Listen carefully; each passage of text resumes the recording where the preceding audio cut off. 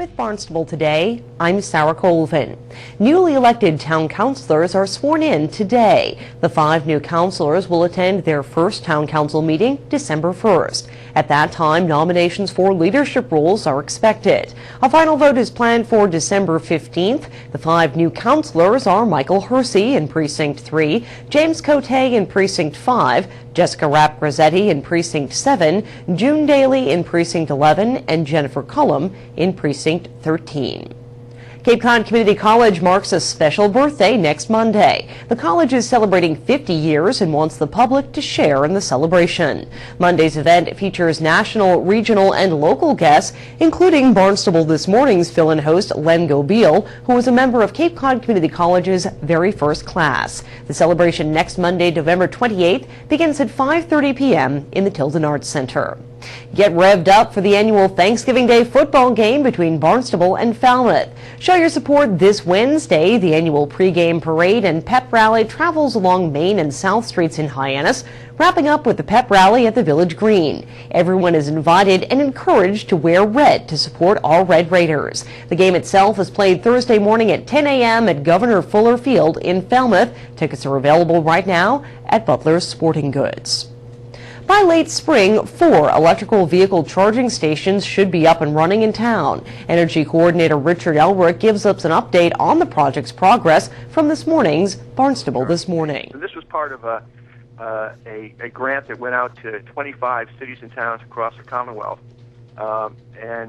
Between all of those 25 cities and towns, exactly 105 charging stations were awarded. Obviously, Barnstable got 4.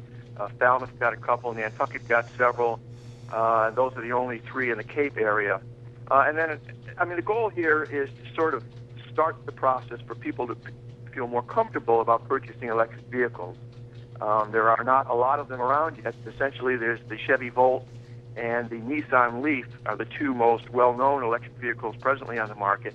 But within the next couple of years, by 2015, it's expected that over 1 million new electric vehicles will be on the road. So this will begin the process of providing them with locations to get those electric vehicles charged. Sure, and I know, Richard, we've talked about this particular topic on Barnstable This Morning before, but I think just to refresh our viewers' minds, these are essentially, for lack of a better term, gas stations for electric cars. And they'll be placed around town, and those with electric vehicles can simply drive up and plug their car in and charge it. It would be at a parking space. They'd need a few hours with which to do it, but there's no charge at this point for the customers to be able to take the electricity, correct?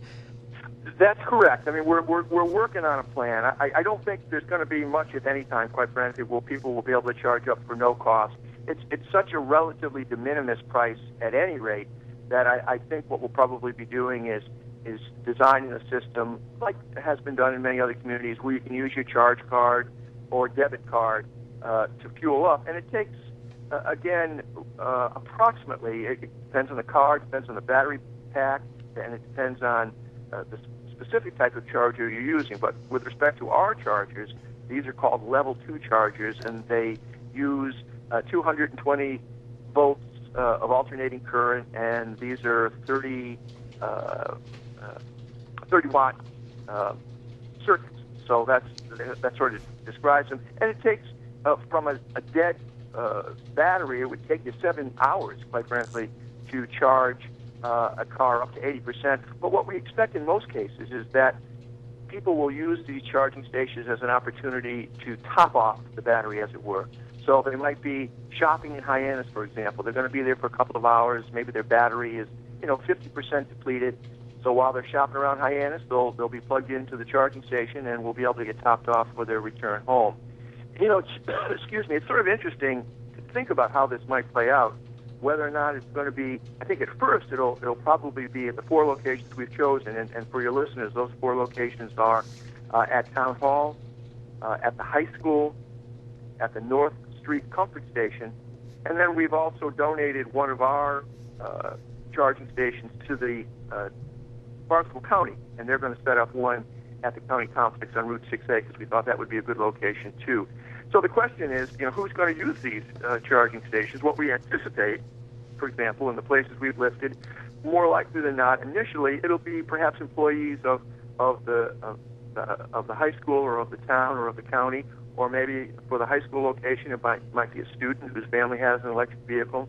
But as more and more electric vehicles come on the market, what we anticipate is that people will have apps, those phone apps that people use nowadays, and they will be able to know precisely where every charging station is, and so they can sort of plan their route.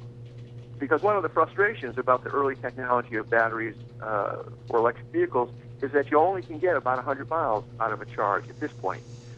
So your range is somewhat limited. It's a perfect vehicle for commuting, for example. If you're living in the area and you're going back and forth to work, perfect option. It's a little bit more complicated if you've got a plan to use that vehicle on a longer trip, but the technology is just moving at such a rapid rate that I have no doubt that within the next several years the technology will improve to allow longer driving ranges, and also to make it more efficient in terms of how you get new batteries. Right now, they're charging them up, but there will be, like there are gas stations now where you can fill up with gas, there will be battery change-out stations where you can stop in for just a couple of moments and get a fresh battery pack in your car. So I think that'll be down the line too. Right. So in terms of when we can expect to see these charging stations here in Barnstable, Richard, what does our timeline look like at this moment? I'm hoping for sometime this late spring. Meanwhile, the discussion on the future of solid waste disposal here in Barnstable continues at tonight's meeting of the Renewable Energy Commission. Energy Coordinator Richard Elrick also shared the planned path of tonight's talk. That's correct. The lady's name is Brooke Nash from the Department of Environmental Protection, and I've spoken with her before and seen her give other presentations on a variety of different issues, and she's very, very good, and she's got some excellent materials that I'm hoping that the Commission will be able to take advantage of as it figures out what options it wants to make, what recommendations it wants to make. But she's going to primarily be focused really on 4 different topics. One is, of course, pay-as-you-throw. What are the benefits and detriments of pay-as-you-throw?